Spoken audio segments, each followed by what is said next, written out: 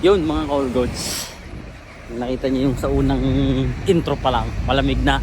Alam niyo na mga Kaol Gods, nag-snow na naman, di ba mga Kaol Gods? Ayan. Dahil nag-snow kagabi, light lang naman yung snow niya kagabi mga Kaol Gods. Ayan. Kasi November pa lang naman, maaga kasing nag-snow na naman ngayong November. Last year ganun din. So dahil maagang nag-snow ngayon, baka end of the February tapos na po ang snow season. Yan, sagutin natin yung katanungan ni Kabayan, no? Yung tanong ni Kabayan na naka-freeze ba ang hiring dyan sa Poland pag ganitong low season na po, or snow or winter season na po. Depende po. May mga ibang company kasi rito mga Kaol Goods na pag winter po, especially sa mga hotels, close po or stop po ang hiring nila pag winter season. Yan. Ang mga madalas nag-hiring po rito all day, all the time po sa food production po. Yun po ang mga madalas nag-hiring dito sa Poland. Pero may mga ibang factory pa rin naman na dito kahit na hindi sa food industry. Pasensya na po, nabubulol tayo. Kahit hindi sa food production, nag-hiring po sila. Tulad ng mga ano ba yung madalas dito po sa tulad ng pinagtrabahoan kong factory na Intercars, yan. Sa mga ibang dry katulad ng sa part ng sasakyan, yan. Iba sa part ng wood, yun. Yan po. Yun yung mga hindi po tumitigil na pag-hire pag ganitong winter season. Yun lang po yung advantage ng ibang mga production dito, ibang mga factory po dito sa Poland. Hindi po sila nawawalan ng hiring. Pero pag mga ganitong hotel po, sa hotel, sa mga kitchen, yan, stop po ang hiring nila pag ganitong low season po or winter season po. Yan. Kasi po wala pong masyadong turista pag winter season dito sa Poland. Pero may mga ilan-ilan pa rin po, may mga ilan-ilan hotel pa rin po na nag-hire kahit nasabihin mo ng low season sila or winter season dito po sa Poland. Yun po, hindi naman po lahat.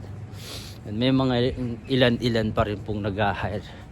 Pero masarap po kasi mag-apply pag spring, yan, autumn, yan po.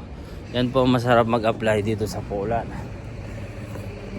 Kasi po pag spring po, start po yan ng pa-summer po.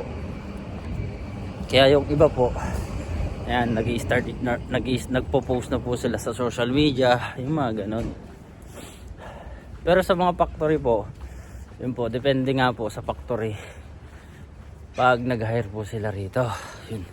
Sensya na po, magalaw yung camera ko kasi malamig po yun. And shoutout nga po pala kay Aris, kay Ruel na nakasama ko sa vlog ko. Saglit lang po yun, nasa short video ko yun. Yun. All goods. Hindi ko alam kasi kung papasok ako ngayon o hindi, kasi Sabado ngayon mga Kaol Goods. Ganda ng area to. Tapos yung sapatos ko ganito lang mga Kaol Goods. Tapos may ano pa, namimingwit. Ayan. Pag mga ganitong running water po, kasi ito mga Kaol Goods, ito kasi running water to, no? Pag ganitong running water po siya, hindi po yan hindi po yan tumitigas, hindi po yan nagpi-freeze. Pero pag mga lake, yun, karamihan po nang nagpi-freeze dito, lalo na pag snow season, yung mga lake po. Pero pag mga ganitong running water, yung ilog, yan. Mga Kaol Goods, sarap ng snow. Sarap ng snow mga Kaol Goods. Yan, diba?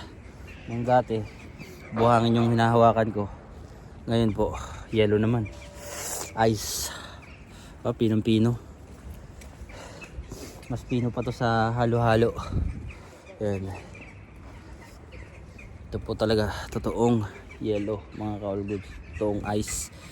Yan, para lang po siyang bulak. Ayan, mga ka-all goods. Pag hinawakan mo siya. Kaso malamig sa kamay. Ayan. Buksan nyo lang yung rep nyo.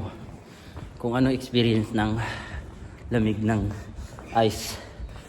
Ganon din po yung lamig ng ice sa freezer pag binuksan nyo po. Ang pinagkaiba nga lang mga ka-all goods, pag bumagsak siya, pino po siya. Ayan. Pero pag may time din po na, lalo na pag summer, may time po may time na hailstone po yung binabagsak nila, halos yung ganyang kalalaki mga ka-all goods. Pag summer, minsan lang po mangyari yun. Yung as in yung parang halos singlaki ng hinliliit natin yung singlaki ng kuko natin mga ka-all goods. Ayan. Ganun lang yun mga ka-all goods.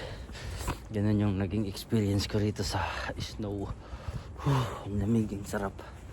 Masarap siya. Lalo na pag gusto mo yung lamig. Pero kung lamigin ka mga ka-all goods, mahirap po sa bansang malamig Pero syempre mga ka-all goods, pag tumagal ka naman na sa isang lugar, ma-adapt mo na po yung klima. Yun. Ako po kasi mga ka-all goods, matagal na ako dito sa Poland. Magpa 5 years na po ako this year, this December 19. Yan. Bilis lang ng panahon, 5 years lang mga ka-all goods. Sa 5 years kong yun, di pa ako nakauwi. Nakapamasyal sa ibang lugar, pero hindi pa nakauwi sa ating sariling bansa. Mga ka-all goods. Pero ganun talaga ang isang OFW mga ka-all goods. Tiis-tiis. Mahirap naman kasi umuwi sa atin sa Pilipinas. Yung wala tayong mapagkukunan. Ang ganda ng kalapati. Ang daming kalapati dun. Kaya mahirap mga ka-all goods. Di baling magtiis muna tayo dito. At least kahit pa paano, may income tayo. Kaya mas mahirap po yung wala tayong mapagkunan at umasa sa iba mga all goods. Hindi man kalakihan yung sinasahod dito sa Poland, at least may pumapasok kaysa puro labas yung pera mga all goods. Anyway, yung mga kalapati, yun na, aga naman pumutok ng bell na yun. Ito mga all goods, araw-araw ko itong nakikita, araw-araw ko itong nadadaanan. Hindi ko alam kung sino to, si Sus. Maglabado. Siliparan na nila. Grabe ba? Ang lamig. Yan. Dan tayo sa bazaar. Kasi kagabi mga ka-all goods, nag-open na po yung night bazaar dito. So hindi ko siya totally masyadong na-vlog kagabi. Kasi nga mga ka-all goods, tawag dito, ang daming tao at saka may mga bitbit ako sa pakbag ko. Tapos tawag dito, may bitbit akong malagkit. Kaya 5 minutes lang yung na-upload ko na video mga ka-all goods. Pero daan tayo ito, saglitin lang natin mga ka-all goods, no?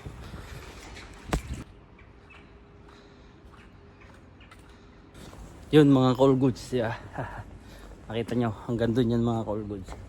Ganito ang itsura niya mga ka-all goods pag umaga pa, mga alas 6, alas 12 yan, mga nagbubukas to mga ka-all goods. Dahil hindi ko siya masyadong na-vlog kagabi mga ka-all goods, kasi po yung bit ko malagkit. Ito hindi ko siya na-vlog kagabi. May mga iba't ibang klaseng items po rito na binebenta pag gabi. Pagkain, ukay-ukay, sari-sari na po. Itong outlet na to mga ka-all goods. Pagkain. Hindi ko maintindihan Polish kasi nakasulat mga ka-all goods. Christmas tree. Ito talaga mga ka-all goods, totoong Christmas tree to. Totoong Christmas tree to mga ka-all goods. Hindi siya yung yung peke. Totoo po yan. Pine tree po talaga. Pinutol po nila yung puno para lang itayo sa ganito. Taon-taon po yan mga ka-all goods. Ayan po, totoong pine tree yan mga ka-all goods. Yan mga ka-all goods. May pine tree pa nga mga ka-all goods tapos ito bar mga ka-all goods. Ayos. Dati nakikita ko lang to sa movie, yung mga ganitong bazaar, diba, yung pang style American bazaar mga ka-all goods. Tapos to kagabi, mga call goods. Ito sana yung gusto namin pasukin kagabi ni Brown Lady. Hindi ko lang napasok kasi. Ito, tingnan mo, may red carpet pa nga siya mga call goods. Kaso napuno na ng snow. Kaya hindi namin napasok kagabi, mga call goods. So hanggang dito na lang mga call goods. Kita sa mga susunod mga call goods.